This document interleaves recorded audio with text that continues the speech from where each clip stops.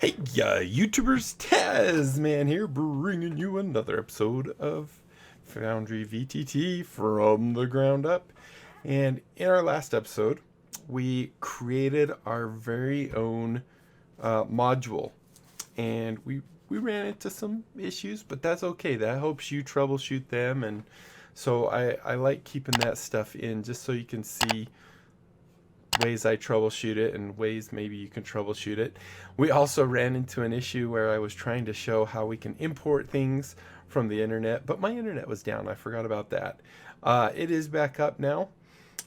So one thing I want to point out, so when you do DDB Muncher, uh, what will generally happen, it'll connect to D&D Beyond. However, before you get this screen right here, you will actually get a smaller screen asking about a Cobalt cookie. The other thing, yes, one other thing, I did mention that I should get the Tidy UI game settings, and I did get that, so that's this guy right here. What this does is a couple really cool things. One is it'll make it so that we actually can, all our different modules will be able to expand and not expand, kind of like that kind of thing. Um, Expand and shrink, I guess probably contract or something like that. It also gives you the ability to do a backup of the modules that you have active. So if you have another world and you're like, I really like the modules I have active in this world and I want to do that in the other world, it will have a little spot up here where you can export it. So I'm going to go ahead and just hit save real quick and I'll show you what I mean. So now if we go back into modules, now you'll see we can check all modules. We can uncheck all except for the tidy. And then we also have this export and import button. So this one will import from another module list into our thing and update the checks on them. And then of course we can also do this and say save as a JSON, and then we can import that JSON file. So what this actually did that I really like is if you come in here, now you can see it's nice and tidy, just like the name says. And then we can just come to the one we want, D&D Beyond Importer, and we can go look under Core Setup. So the difference, the reason it didn't come up is because I've already put in my Cobalt cookie. There's information here on how you can get the Cobalt cookie for your D&D Beyond account. Now the one thing I wanted to also mention is we have it so we have our the spells and the items compendiums. If you don't have any content on D&D Beyond, it's only going to pull in the exact same stuff you already have, which would be the SRD. Where's the SRD? The SRD spells and the SRD items. So really there's not going to be much of a reason if you don't have any content purchased on D&D Beyond aside from the basic rules to do this part, unless of course you just want them all available. No, actually that doesn't matter because you get the SRD ones anyway. But we're gonna go ahead and do this. We're gonna click on the DDB Muncher, and this shouldn't take very long, I don't think. I like it to update things, use icons from the inbuilt dictionary, high coverage, recommended. I think I like it to use the ones that are there. Use icons from the SRD compendium. No. Download from D&D Beyond. Takes a little bit longer. We did make one setting I forgot to mention in here in D&D Beyond Importer. Whoops. I'm not in settings. That I wanted to mention is down here at the bottom. Normally it saves them as JPGs or PNGs, which can be quite big. This is kind of an experimental thing, but so far what I've seen, it actually works. It converts all images into WebPs. So those are very, very small and very handy to keep. So we're going to go ahead and do that. Remote images, a lot quicker. No. Copy effects. I'm not going to worry about effects and stuff. Normally you might want to have all these things in so it'll grab special things, but this is all native as far as we can get. So we're going to go ahead and click Spell Munch, and you'll see it's going to start downloading the spells. it might take a minute, but ultimately it should be able to get everything. And then, yeah, there goes, it's starting to do the spells. And then we can actually start working. So they're creating finished. So there we go. So if we do the same thing with items, I don't think we need any of the DAE. We just want the default stuff. And download items. There's a bunch of items. More so, like I said, if you have other content than just the SRD. And I don't think this is going to take very long. So what we're going to do in this episode, and I guess this is a good time to talk about it, is we're going to create our own custom monster from Monster Manual Expanded Volume 1, I guess is what it's called. So this is the monster right here that we're going to do. We're going to do the Scum monster, and the variant we're actually going to do is the Scum Beast. Which is this guy right here. And some of these things do not exist in D&D SRD. So we actually have to create, I can't remember which ones we have to create, but we're going to create a couple of them. So you're actually going to see a little bit how to create those as well. Let's go ahead and move this back out so I have my reference. And is this guy done?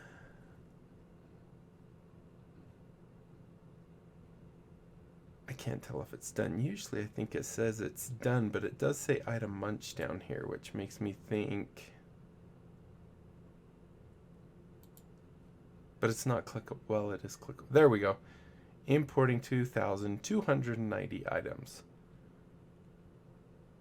All right, so we'll give that a minute to do its thing. So first thing we're going to want to do is I just wanted to point out that now we can go look at our SRDs that we had. There we go, finished importing items. We're all done. So if we go look at our items SRD here, we have all these wonderful items that we imported from D&D Beyond. This is going to be considerably bigger than what is the default one if we go to items SRD. And the easiest way you're going to be able to tell, well, I guess you can't tell, is I was going to say because this thing will be smaller. But this is everything that I have. And as you can see, there's different things in there than what's in the other one. And then also our spells. Here's the SRD spells. And here, where's the shared compendiums items, shared compendium spells. And here's our shared. You can definitely see a difference in the size here. It's just, a little bit bigger. I like the icon better of this one. Acid arrow, acid splash. ACID. So there's our acid arrow, acid splash. I like these icons better for that, but that's okay. So let's go ahead and begin. So the first thing we want to do when we're creating our own thing is we want to come into here and we want to create an actor. I'm just going to let it create it in the default place.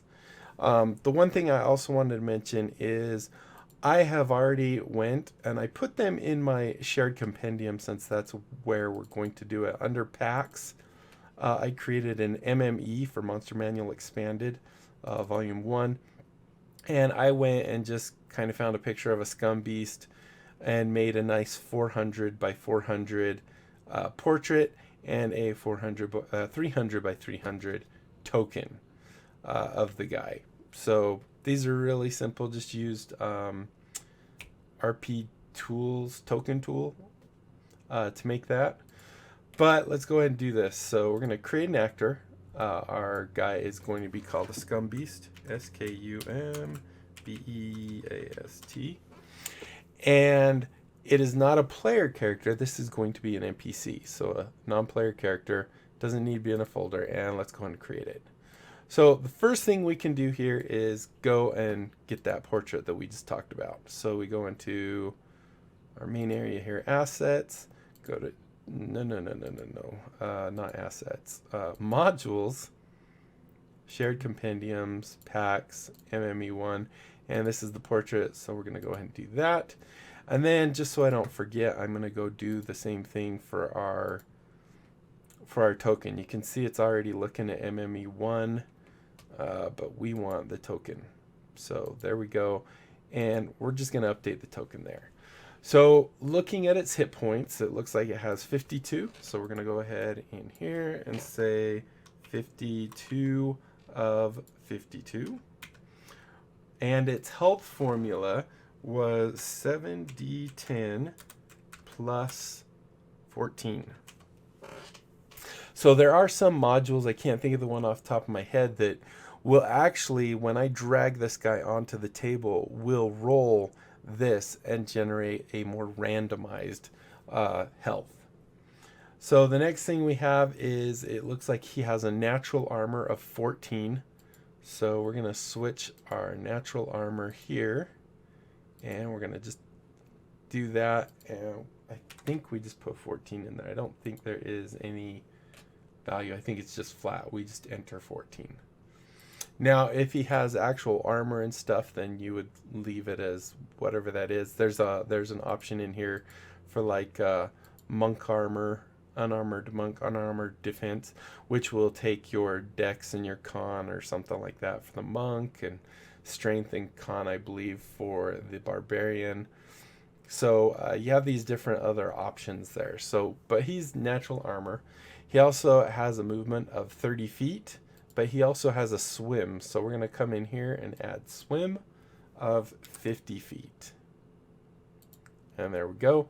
So now we can see 30 and 50. I'm just going to say, for our source, let's do MME, maybe I, and then maybe dot, no, I don't want to do this, like PG, I think it was on 14. Something like that. His alignment is lawful evil. So LAWFULEVIL. And his size is actually large. So you do the size is actually down here. So there we go. And his CR rating is 3. So delete that and do a 3. And as we do that, you'll see it automatically adjusts the XP that's earned when you do that. Now, I don't actually think his proficiency is 2. I think he's like a level 3 or something like that. Not his CR rating, but his actual, like, you're a level 3 wizard or something, and your proficiency bonus goes up to a 3. I'm not 100% sure where I do that. And I've looked, and I haven't found it. So we might have to tweak some of these things just a tiny bit to make them fit our narrative. All right, so we have that up there. Let's go ahead and add his strength. He has a 16 strength, so 16. His dex is a 12. His con is a 14. His intelligence is a whopping 3. His wisdom is a 12. And his charisma, not very charismatic, is a 6. In the card, it doesn't really talk about any of his proficiencies other than it says his perception or something like that. So that's what I've done there, is just said his perception, because this gives us the 13 that we need. But everything else is fine. The next thing we want to do is come over here. We don't have any legendary actions or layer actions, so we don't need to worry about any of that. But we need to go under his senses. He does have a dark vision of 120 feet. So we can do that. And he knows telepathy. Now, telepathy is not in this list. So what we can do is add it in here. And we can say TELEPATHY.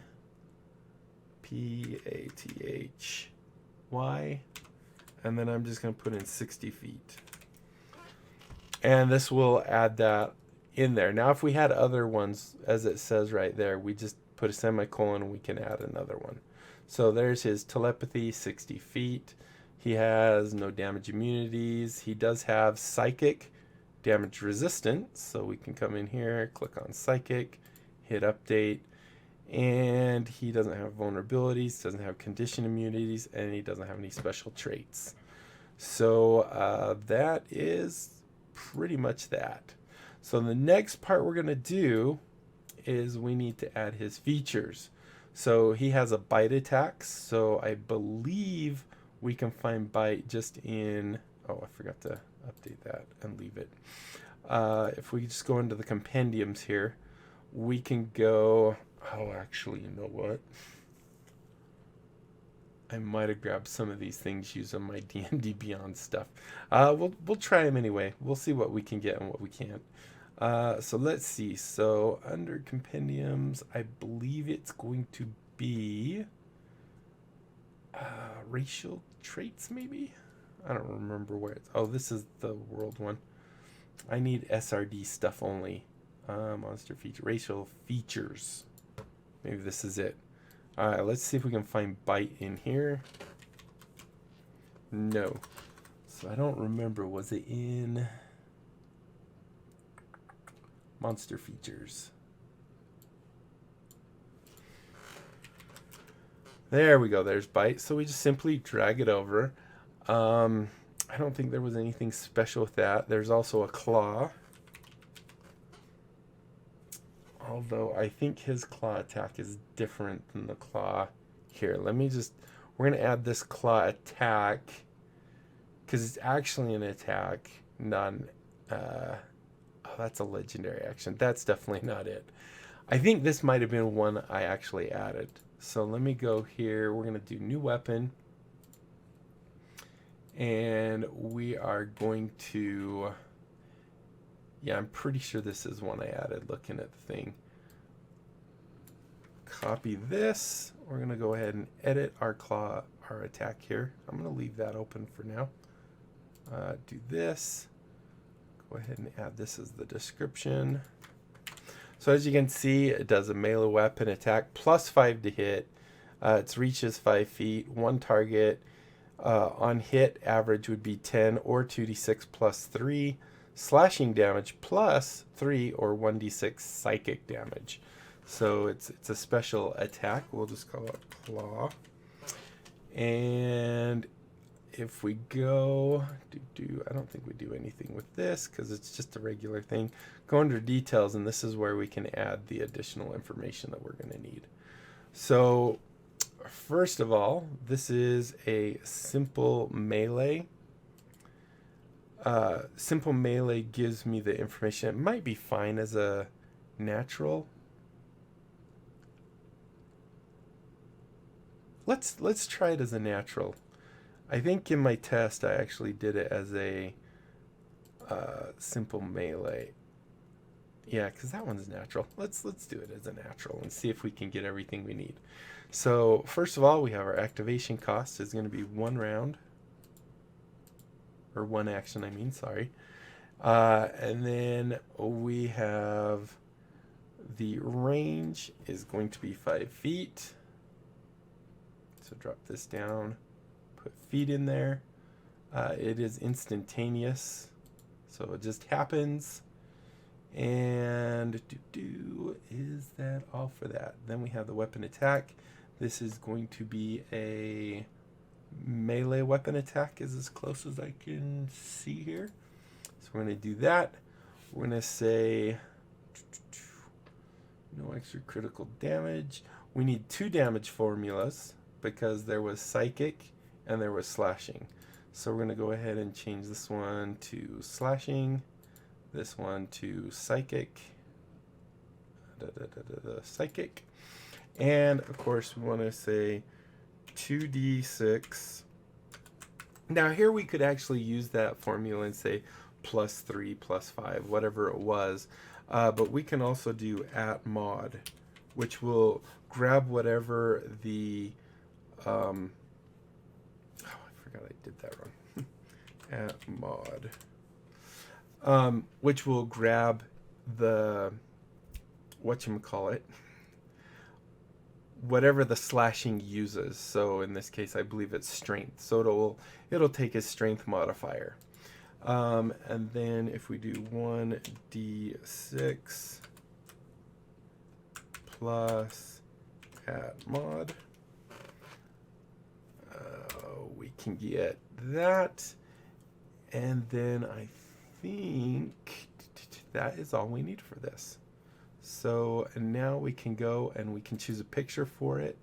I think I found a nice one. If we go under icons, commodities, and I think there's one called claws in here. Yeah. And then there's a claw brown bear. Claw brown. Wait, when? Oh, there it is right there. Oh, that's a gray. Was it the gray one? No, it's this one that I used. So now we can scroll all the way down, click select that, and now you can see we have a nice claw icon there. And we have our special attack, which should work properly now. If we click on this, 2d6 plus 3. So if we go look at his strength, it's plus 3. And then that's just, oh, this isn't, oh, I put an at mod in there. There isn't a mod there. Silly me. Let's go and do that. Just 1d6. You can, if it's a different ability modifier, you can choose a different one. In this case, it would be strength. But it will try and figure it out from your character itself. So let's go ahead and scroll all the way to the bottom. Here we go. Oh, actually, I don't need to save that one. It automatically saves. So there we go. There was one other thing maybe I missed. I wanted to check real quick now that I'm thinking about it.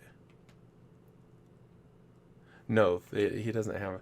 I was trying to remember if he had any of the proficiencies in saving throws, but they don't list any. All right, so there's 2. Now we have one more that is an attack he does.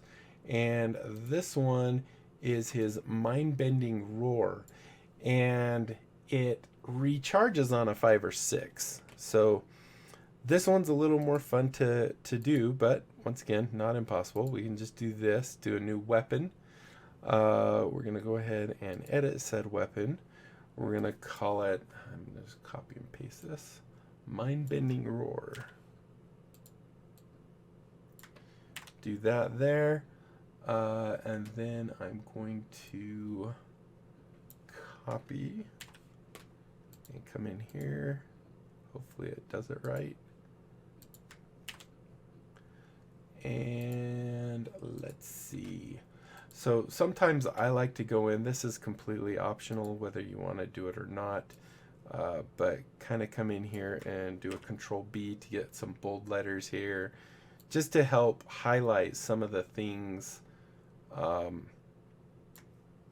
that are important about this. So for example, if you hear the scream, if you can hear the scream, you take 48 psychic damage and you have disadvantage on wisdom saving throws until the end of the scum's next turn. So there we go. Let's go and pull this up now so we can see it. There we go. And let me go look at my notes here again. So once again, this is going to be a natural weapon, no attunement. This is fine, all identified and stuff. Oh, where did I put?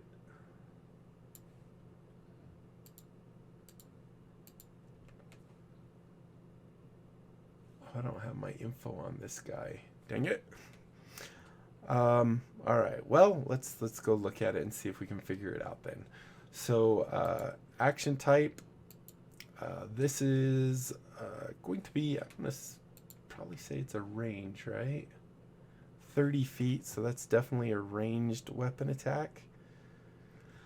Could be considered a spell. Actually, let's do this. I'm going to show you my process. So let's look at, for example, Dragon's Breath, B-R-E-A-T-H. Maybe Acid Breath. Any of these might do. Let's just go look at them real quick. Let's say they recharge on some kind of number.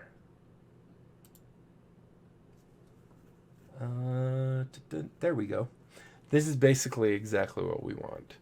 So this is actually considered a feature in this case, though. Let's do that. Let's do it as a feature, because it does recharge and stuff. So under features, we're going to do add. Let's go ahead and do this. So let me go get that text again. If I do this, will it work better? Control C. Come into here, click on you, Control V, and we'll do the psychic damage bold there, and disadvantage until the next turn, bold there. Okay, so I like that. Save that, go here now. All right, so let's see, we want activation cost 1 round or 1 action. 1 action. This is 30 feet.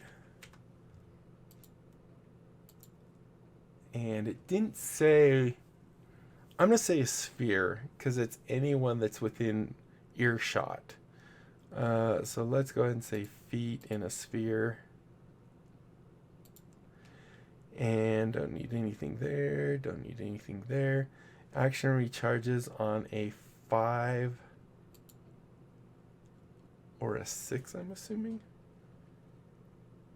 I think if we do 5 and it currently is charged. And then, so they take damage. So we'll have a damage form. Yeah, I think this will work. So if we do this, we will call it a action type is a saving throw. It doesn't say they take half or anything on a save. No, actually it's not a saving throw. It says that they take damage. So this is going to be, should I say it's like a ranged spell attack maybe? Attack bonus, none, none, none. So our damage formula will be 4d8. No modifier, and this is psychic damage. And then I think we can come down here and say, no, this would be, because they don't need to make a saving throw for this. Disadvantage on wisdom saving throws until the end of the scum's next turn. So I think that is all we need for that. What icon? Mind-bending roar. Oh, we didn't give it its name because we moved it. Control C and Control V. Oops. Control V. Hello? Oh, whoops. I probably just did 2 of them. I can't tell, did I? Yes, I sure did. And delete. Let's make sure there's only... Okay, good. So I think that's good other than this part. So let's go ahead and see what I did. Under commodities, once again, I found under biological one that looked pretty good called mouth-toothed purple. Mouth-toothed purple.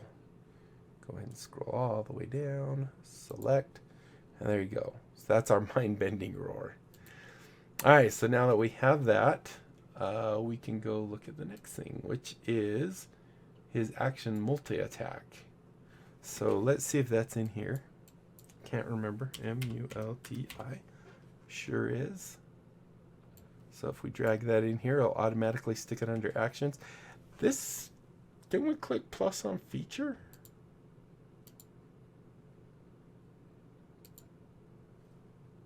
We did. I would have thought it would have put it under features. All right, well, we won't worry about that. Oh, actually, I did have it right.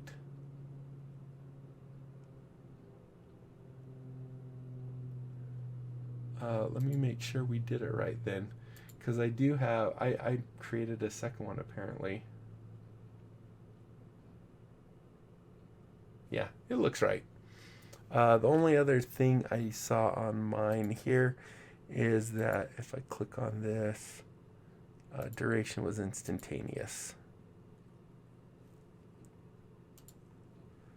That was the only other thing I saw on mine. All right, so we have that. And let's go to the next one. So next things are its features. So let's see if those are in here as well. There's water dependency, which is not here. So we have to create that one. How about amphibious? Amphibious. That one is here. Good. So we have that. Psychic conditioning, I bet we have to make. PSYC, psychic. Nope. We have to make that. And abolithic vassal. ABO. Yeah, we have to make that one too. Bummer.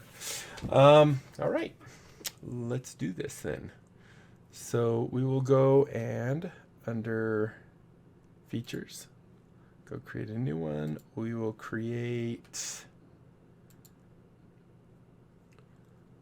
I don't think these ones are that bad actually, now that I'm thinking about it, because they don't actually, I think they're mostly just description. They don't actually do anything. So these will go really quick. So abolithic vessel, if we hit C there, come here, hit V, basically just says that the scum is permanently charmed by its master. So this really is more for RP than anything. So permanently charmed by its aboleth master. So save that. Let's go ahead and see under magic perception is where I found a good icon for this one. Icons, magic perception, and I did one called I ringed green. I ringed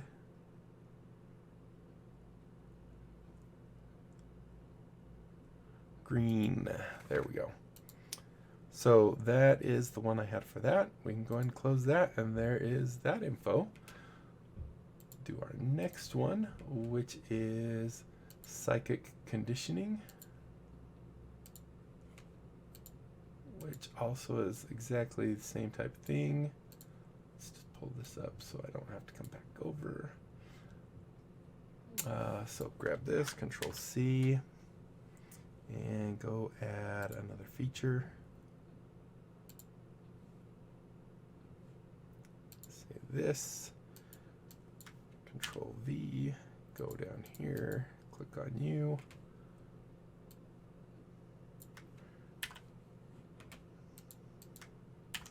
So we have the scum is immune to the frightened and charmed conditions unless they are from effects created by an aboleth. Really easy there. Let's go ahead. In this one, I thought, and you can put any image. Don't think you have to use the images I did. These were just ones I kind of thought looked like they might be good. And I think it's towards the buff controlled. Where's C? Control. A, B. There it is. And I think it's actually that one.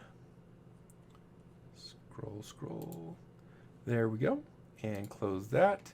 And the final one, go look at this, is water dependency.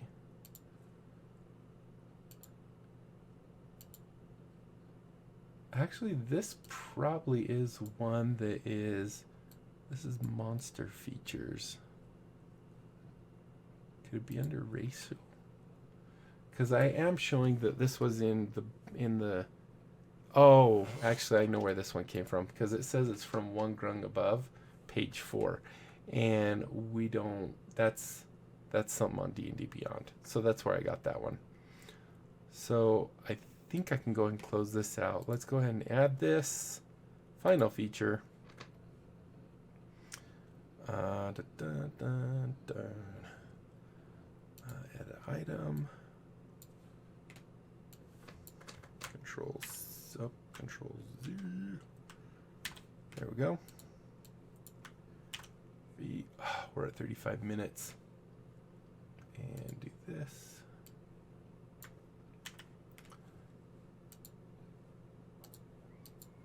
Whoops, didn't click it. There we go. So if you fail to immerse yourself in water for at least 1 hour during a day, you suffer 1 level of exhaustion at the end of that day. You can only recover from this exhaustion through magic or by immersing yourself in water for at least 1 hour. That could be very nasty for you to have on you. And this one is under commodities, materials, and I used one called liquid blue, droplet blue, and scroll down, and there we go. Alright, so now let me just double check and see if this is everything we needed on our creature here. So we don't have any spells. If we did have spells, you could simply, you know, if he had spells here, we could say, I don't know, maybe let's give him some kind of harmless spell. Minor illusion. So we could just drag that in here and it will automatically add it. If we add the fist little guy here, as with these guys, wait, actually those were already added. It's when they have the plus they're not added. You'll see it automatically adds them to the actions tab, so I bet that spell book was also already added. So there you go. Any of these we can now use. The mind-bending roar we can use. It'll ask, do we consume the recharge? Do we want to place a major template? You know, all fun stuff like that. Let's see, under effects, we might address effects and stuff later on. Biography, there's very little in this PDF. I guess if we wanted, we could talk a little bit about scum in general, which is this guy right here. Go ahead and edit and paste that. Go ahead and, whoops, Control Z. Come up here, dang it. There we go. Space, delete, down space, delete, and enter, and then actually grab the one for the scum beast that we're doing. Because it had Scum Minion, Scum Hulk, and Scum Beast. So we could say this, Control C, and underneath here, just do that last little paragraph that was in there, like so. I think we could even, I like that better. And then save it. And that is pretty much our new creature.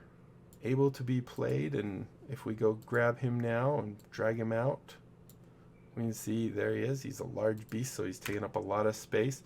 Now, a couple things I didn't talk about that you might want to do is set some of your token settings. So if he's always going to be hostile, set him as hostile here. If you want his name to be displayed only to the owner, or hovered by owner is usually what I do. But I also like always to see the owner, always to see, because he's hostile, to see his health, so I can keep tabs on that. So now if we hit update and we drag him out, you'll see we can see that when we mouse over it says Scum Beast. Let's see. So the final thing that we're going to do now is we're going to go to our compendiums. We're going to find our monster features, sorry. We need to go up here and we need to go to our Monster Manual Expanded, and we are going to go back to Actors. We're going to drag our Scum Beast into that, And there we go. We now have a shared creature that will be between other worlds. If we go look at our compendium, it's going to be a little hard to read, but let's go to Edit Notepad. You can see we now have our Scum Beast with all his, well, it's not that hard to read when there's only one. Let's word wrap. This is right here. This is a really good reason why you don't want to have way too many monsters in your area here. And as you, like, if you're in, say, Baldur's Gate, and there's lots of Baldur's Gate related mobs there, when you're done with that area, you want to archive those. You could create your own compendium and call it Baldur's Gate's mobs or something like that, or you could say, if it's from a certain module or an adventure such as the Lost Mine of Phandelver or something, maybe create a compendium with that stuff, because whether they're out here active or they're just in here, Foundry has to allocate memory and information for every one of those. So if we go, if we go look for one token, this is the data that Foundry has to reserve. And if we go look, at other ones that have spells and, more advanced things going on with them, it's even more. A player's token, for example, it has even more data than that, because it has, a player's, if we go look at a player sheet, right, they are considerably different than the NPC sheet. If we go look at attributes and stuff, we have much more stuff. We have resources, we have temp hit points, max hit points, and just a lot more information that they have to track. So that's a main reason why you'd want to try and keep what's in your actors and stuff trimmed down to kind of a minimum for each session, and bring them in and out as you need them. Because right now this is having to, even though they're not out here, it's having to have information for the spy and the thug, as well as my acolyte and my Acra, and, well, I guess it's going to be staying out there anymore. But hopefully that makes sense to you. Hopefully you hopefully you enjoyed this video and you learned something new and valuable. If you did enjoy the video, be sure to leave a thumbs up down below. It helps me tremendously on YouTube. Also, share my info with other people. I know I say it at the end of every video, tell other people about my channel. But comment, like, subscribe, follow me on Twitter, check out my Discord and my other channels. If you join my Discord, I'm usually fairly quick to answer. If you ask me questions there or want to chat, I'm usually pretty quick to answer that. And I think that's it. So thank you, my friends, and until next time, I'll be seeing you later. Bye.